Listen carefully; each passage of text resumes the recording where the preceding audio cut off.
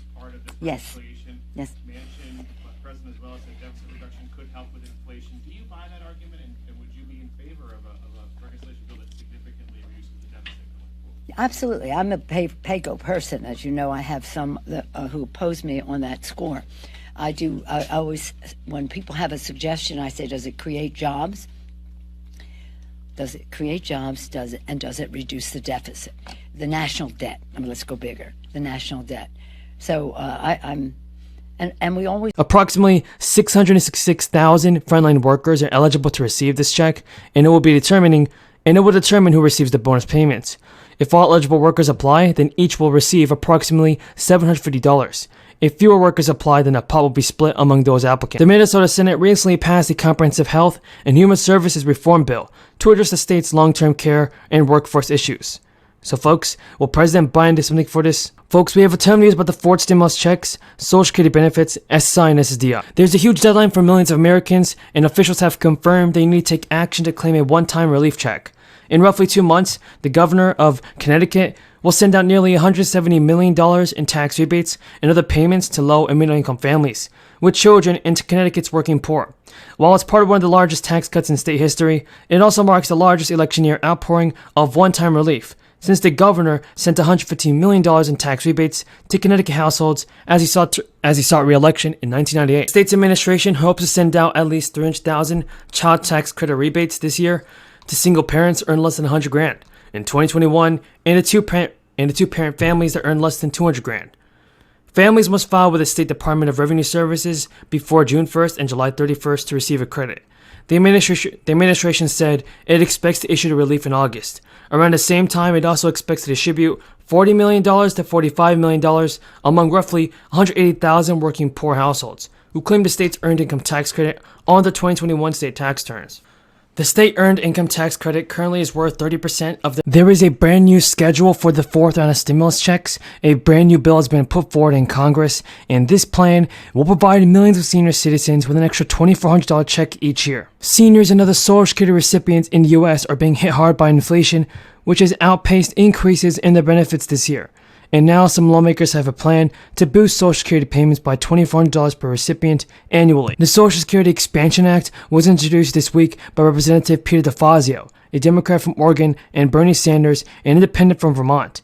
The plan comes after SSA earlier this month said Americans will stop receiving their full Social Security benefits in roughly 13 years without actions to shore up the program. Social Security recipients will receive one cost of living adjustment each year, which is based on inflation and is supposed to keep their benefits in line with rising prices. But this year, beneficiaries are seeing their purchasing power wane as inflation overtakes their latest COLA increase of 5.9%. In May, it rose 8.6% from a year ago, a 4-decade high that pushed up the cost of food, shelter, and other staples. The new bill would seek to lessen the strain on people collecting Social Security by boosting each recipient's monthly check by $200, an annual increase of $2,400. Martha Sheehan, president of the National Association of Registered Social Security Analysts, said that many seniors rely on Social Security for the majority, if not all, of their income. $200 a month can make a significant difference for many people. The average monthly Social Security check is about $1,700, so a $200 increase will represent a 12% boost.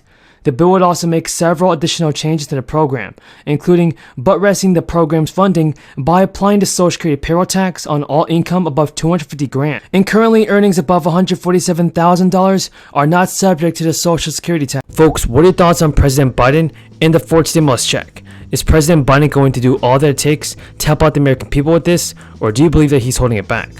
Tell me what you think in the comments down below. Personally, everybody, I believe that President Biden can definitely do more for the American people and send out stimulus checks sooner than later. It needs to be done. More relief cash is coming. The deadline is quickly approaching for millions of Americans to take action and claim a new direct payment. In this video, I will be sharing with you the exact dates and details of this new round of stimulus checks. Now, some homeowners could also get financial help this month, and this could come from the Homeowner Assistance Fund. The American Rescue Plan set aside almost $10 billion for homeowner relief, and more than 40 states have now set up homeowner assistance programs to facilitate the distribution of funds.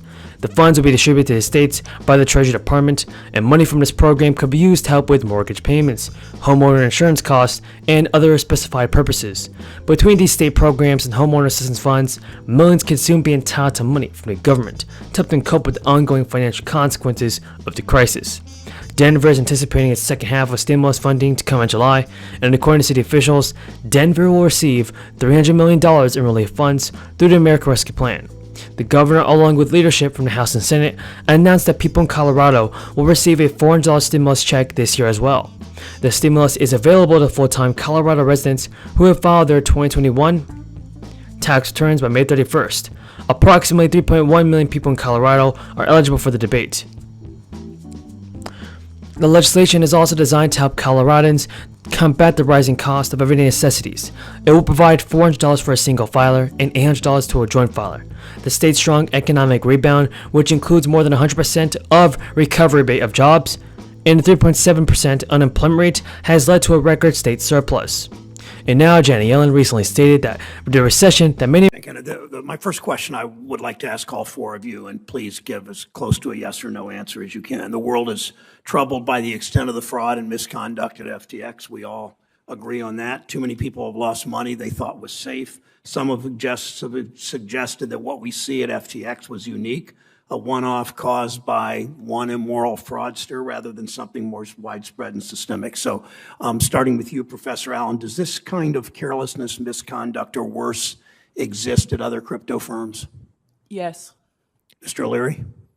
Yes, the unregulated crypto firms. Ms. Schultz? Most likely. Most likely. Schenken? It's endemic. Okay, thank you.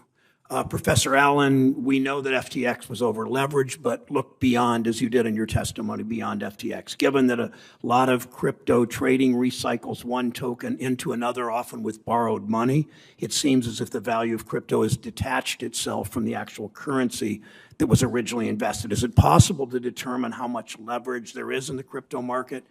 And if it isn't, why is that a problem? Well, I don't think it's possible to determine. I think researchers have really struggled to find data in this space, notwithstanding that people say that the blockchain is sort of transparent. In fact, a lot of transactions happen off-chain. There are a lot of sort of backdoors in software. So the data is not available to figure out what transactions have happened. And you know, the accounting around the individual crypto assets themselves can be very dodgy as well. So, you know, even before you lose track of them in transactions, it's not clear what they were worth up front. So for all of those reasons, it's very hard to get a bead on what the leverage is in this space, and that's problematic because, as we saw in 2008, when you don't understand how much leverage is in the system, you don't understand how fragile it is.